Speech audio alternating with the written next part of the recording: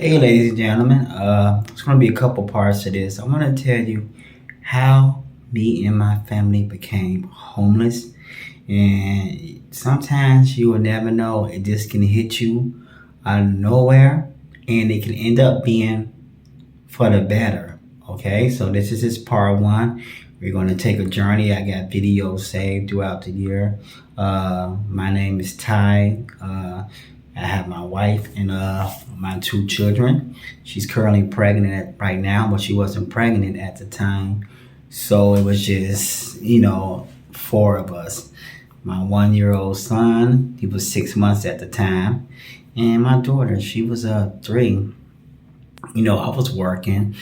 We actually was with my mother, helping her out. She has Alzheimer's and stuff. My sister, she's married. She got her own life and journalism degree and stuff like that. And yeah. So see, here's the thing with family can really be some hurtful people and do some spiteful things for they self. Okay, this is my sister. This is my baby sister. Our mother house, not a trap house. We way up like on the 10th or 15th floor or something in Chicago. You know what I'm saying? So I ain't the son that's in and out of jail. And a trap house being on my girl, loud music, none of that. We all got our own space. She felt that she was gonna call the building and say that my family wasn't on a lease, even though I was on a lease. And so, with that being said, we had to rush and leave Chicago and go back to her hometown, New York, which is I'm a pretty good person of New York, back and forth. But I have a job going on. We helping my mother. My mother has no one. Grandmother died. My father died. We lost a lot, and we there taking care of her. So when I'm at work, she's there, and the kids, they away from her. So my sister was mad and spiteful because my mother won't watch her 5 kids. Okay, my mother didn't want to watch her 4 kids. Okay, she got 4 kids. They bigger kids. The oldest probably around maybe 10 or 8, but they get up 5:45 in the morning. She got Parkinson's. She was watching them when she was younger. And my sister ended up having more. And she really ain't watched the other one, but she was watching the main 2, and she couldn't do that no more. So I guess my sister felt some type of way, but my mother's not babysitting my kids, y'all. This is some hurtful shit. My mother's not babysitting my kids. We're there with my kids. When I'm at work, my girl's there. We helping her out. She has no one. So now you just took your mother help away from you. Okay, and now I gotta leave my job, and now my kids ain't gonna have no money and stuff. And we had only a week. They gave us a week to leave. Now technically, you're not living nowhere unless you're there a whole year. So we was back and forth anyway. We give her a little break, not too much, because she needed us to help. And we'll come to New York and we'll come back. So technically, we wasn't living there. So after all that drama happened and stuff like that, my job, I had to save up my last 2 paychecks. They gave me a little bonus. I was gambling, not dice, playing lottery numbers and stuff like that. I got lucky a couple times and off some scratch offs. Okay, so now we really got nowhere to go in New York because of the sister and the brother took over the house and shit like that. So the house messed up. Everyone had COVID and everything. It's fucking September. You know what I'm saying? Going on October. So it's so getting there with the weather and stuff. And we had to hurry up and leave, ladies and gentlemen. So like I was saying, we had to hurry up and leave. My son's supposed to be getting his 6 months shots. We couldn't do that. So later on, he got sick because we had to change everything over in New York. So we had to wait. My daughter was a week. Yeah, we had a week. So she's supposed to be getting her glasses. So the doctor, and we ended up finding out she needed glasses and stuff. So we was going to get fitted for her glasses. We had the medication, the prescription and everything. And guess what? We couldn't do that either. And the insurance is not in New York. So that's two things. So now my daughter has to run around scrunching her ass, trying to see. My son had to miss out on his shots, and my mother had to be alone. Okay, so I was working good, so we was gonna have a good Thanksgiving, a good Christmas. She didn't come give my mother for Thanksgiving. She didn't come give my mother for Christmas. None of that. My mother sat there at that table, lonely and bored, on the holidays for someone who want to control and do something, spiteful. She, like I said, she has a good degree, journalism in college, and she still hang out with her exes. But did I flip out and say that when she done that? No, I didn't. So sometimes people need to watch what they do before they spiteful, see? Because some people run on their emotions. She ran on her emotions because she can't control her husband and she has to listen to everything he said. Now, obviously, he's against the kids having to go with any and everyone, so that way she doesn't get a break during the summer. Because like I told y'all guys, she works for a college, so she can't get that break. But what do my life has to do with yours? What did your mother life has to do with that? That's something you need to woman up and talk to your husband and put your kids in some type of daycare program and stuff. But now we have to go to the damn shelter. Okay? The shelter. All right. So we get there, stay in a hotel a couple days because we got lucky to find out what we're going to do. In New York, you have to go to PAV. So you have to go to PAV shelter. Hopefully they have places in Brooklyn. And they did. And shelters are not always clean. You can catch diseases and they got little friends running around. If it ain't no rats, you will see some mice. So we had to go do that. No coats.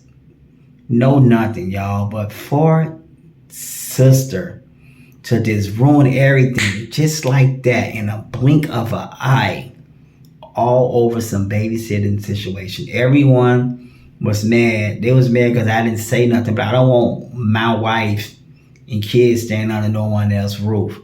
So me being a father and a man, we decided to go back to New York because Chicago, number one, is rough. New York is rough too, but you don't want to be in no shelter in Chicago, trust me. You would rather be in one in New York. And New York actually, it has its ways and stuff, but it actually is good with homeless. That's like the Mecca of homelessness. Y'all know what I'm saying. So they're really good in finding you a place. Some people stay longer than others, okay? So we had to go through that, man, and it was completely rough. We had to keep a phone on because we had to, sign up for their welfare thing. And that took a long time. And once their welfare thing get in, you can be in a system because they help. You got to be in a system. You got to be in New York welfare system to get a place and get this and get all that other stuff that you need, for your kids. So we had to do that. My son got sick. I told you. My daughter, her ass was messed up, and the hurt and the pain, I gained anxiety from being in the shelter and being stressed out about my mother not having no one. As of right now, it's a year later, okay? And my mother, she actually been in the hospital for 2 months because the neighbor that called in on us, because you had to be a resident to call and report someone living there, which we wasn't living there. So she had to get the neighbor to do it, see? Because she want to know our business and our life story and being nosy. So my mother won't tell her, I won't tell her. And the neighbor don't know everything either, but she probably know a little basic stuff. So, but anyway, she had to get the neighbor to call and report because she couldn't do it. So now the neighbor, she clock in and start work 2 hours early. We can just go tell on her too. But we don't, you know what I'm saying? So people just do stuff and they don't think and act like, oh man, they know this, they know that. So she didn't want to have to do that too. So now being in shelter, we, gotta borrow money for phone bills, and it's winter time, so it's harder, to find stuff. And I'm a guy, so when you a guy in the shelter with a woman, they give you a harder time. That's why some guys don't come in. But if you a man and you gotta rock that out with your family, You get what I'm saying? You can't be making too much, and if you're making something on the side, you just keep that to yourself because they're gonna go by your finances. So you get your place first. You wait till you get your place, and then you do a little something on the side and all that. If you do something on paper, it's gonna pop up. So that's where we at, and been struggling on clothes and stuff, and just to know that your blood sister can sit there and eat you up like that for not doing nothing, all because she can't enjoy herself during the summer. And you think about it, they say, well, why are you bringing up abortions? I've said, well, a woman is not going to care about no one else's kids but hers and herself. She's not going to even care about hers if she's out there aborting her baby. So that's what I meant by that. She aborted her baby, so why the fuck would she care about her nieces and nephews? And I love my nieces and nephews. So she done that. It is, my mind just stay blank. Like, I can't kill her. I go to jail. I can't hurt. So to make, and I'm more sad about my mother because we was there. So when we visit New York and we come back, she be like, well, y'all, I'm bored. At first she wasn't doing that, but when she got more sick, she'll do that. But we still come. Stay there months and months and months with her and make sure she okay. We stayed longer this time because she really needed us. And just to shoot your mother down like that out of everyone and me, y'all, that's why I'm saying it just been hard. It just been extremely hard. So now we finally got out the shelter. Just fresh out the shelter. So we still taking steps and, need a lot of things and trying to find a lot of things and all that. For what I just tell y'all just hang in there. I'm sorry for this long video, but it just let you know that family will put you through stuff. To watch my daughter sit there and squint her eyes and dealing with mice and sleeping with one eye open at night. Okay, because ain't no mice in my mother apartment in Chicago. We good. She had a nice high rise and everything. And just working, just living life, man. And then boom, all over family. So just trying to get, coats and stuff, so I'm struggling. So that feel bad, but we finally got our place and we got to start our way from the bottom. We in the middle. And y'all can be in the middle too. So y'all need to be with y'all family and go in that shelter. Women, y'all got to stop doing that because a lot of y'all let them do what they want and y'all be in the shelter. And then when you get your place, they be flying their ass there to come live with y'all. Y'all do that. And that shelter is stressful, man. So if y'all willing to donate, y'all can. Cash App is Lala FIVE on it. So Lala 5 on it. Yeah, we try to do I got 5 on it. Got it. But we couldn't do that. So yeah, so we just had to do Lala 5 on it. FIVE. If something like this happened to y'all, man, let me know and put y'all in a worse situation and did y'all build anxiety over it. My anxiety is like, a little bit in here. Sometimes it's in the back, it's in the arm. And I just can't believe a daughter will make her mother lose her help and everything like that, y'all. So just let me know y'all story, man. And y'all, man, just be good fathers, man, and be good mothers and stick together as a family. You gotta go in the shelter, Don't be waiting on 7 or 8 years for the Section 8 to call y'all or the housing and stuff.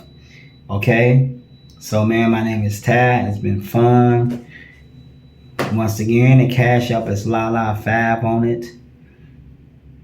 Y'all be safe, man. Peace.